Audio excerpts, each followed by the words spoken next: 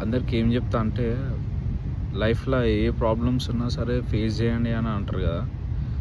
But కొన్ని problems వచ్చిన తర్వాత ఏమైతదంటే ట్రామాకి వెళ్ళిపోతారనమాట అందరూ.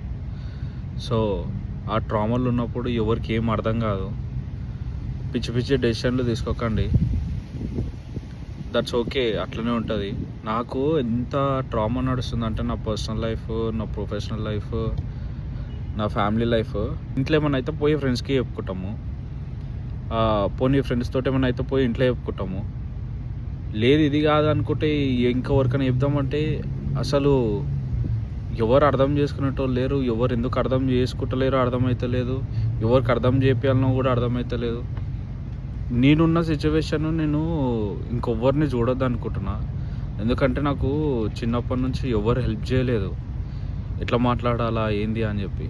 అందరితోటి మంచిగుంటే అందరూ మంచిగుంటారు అని చెప్పి నమ్మి అందరితోటి చాలా కైండ్‌గా ఉండే అనమాట. కైండ్‌గా ఉండేవారికి ఆపోజిట్ పర్సన్ దగ్గర నుంచి నాకు అది రిసీవ్ రాలేదెప్పుడు. రాకపోయేసరికి కైండ్ నుంచి నాకు బాధ అయింది. బాధ నుంచి కోపం వచ్చింది.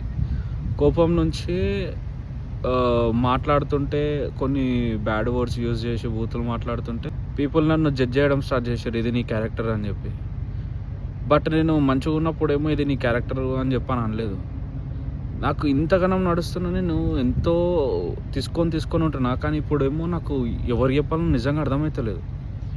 అంటే మొగోళ్ళని ఎవరు అర్థం చేసుకోరా? లేకపోతే ఏంది అసలుకి ఏమైతుంది? అందరూ ఇంత ట్రామాలు ఎందుకున్నారు? ఎవరిదన్నా లైఫ్ మంచిగా ఉందంటే ఎవరిది లేదు. ఎవ్రీవన్ డిజర్వ్ హ్యాపీనెస్ అంటారు కదా! అందరికి ఒకటే లైఫ్ ఉంది. సో అందరూ మంచిగా ఉండాలా. మీరు పక్కనోళ్ళని సంతోషపెట్టకపోయినా పర్లేదు కానీ ఇష్టం ఉన్నట్టు మాటలు అనేసి వాళ్ళ క్యారెక్టర్ని మీరు డిసైడ్ చేసేసి ఎట్లా? అంటే ఇప్పుడు ఇంట్లో వాళ్ళు అట్లనే అని బయట వాళ్ళు అట్లనే అని హౌ? ఎవరికి ఫోన్ చేసి చెప్పాలన్నా అర్థమవుతలేదు. సో మీరు కూడా నాలాగా సిచ్యువేషన్లో ఉన్నారనుకో పర్లేదు, ఎవరు అర్థం చేసుకోకపోయినా పర్లేదు కానీ బట్ పిచ్చి పిచ్చి డెసిషన్లు తీసుకోకండి. ఇప్పుడు నేను కూడా అదే సిచ్యువేషన్లో ఉన్నా. ఏవేవో థాట్స్ ఏదేదో ఉంది. ఎందుకంటే ఇక్కడ అబ్రాడ్లో ఎవడు ఖాళీగా ఉండడు.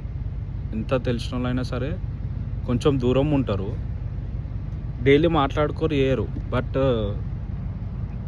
నిజంగా చెప్తున్నా అసలు ఎవరిని నమ్మకుండా అయిపోయింది. ఫ్యామిలీ నమ్మకుండా అయిపోయింది. ఫ్రెండ్స్ని నమ్మకుండా అయిపోయింది.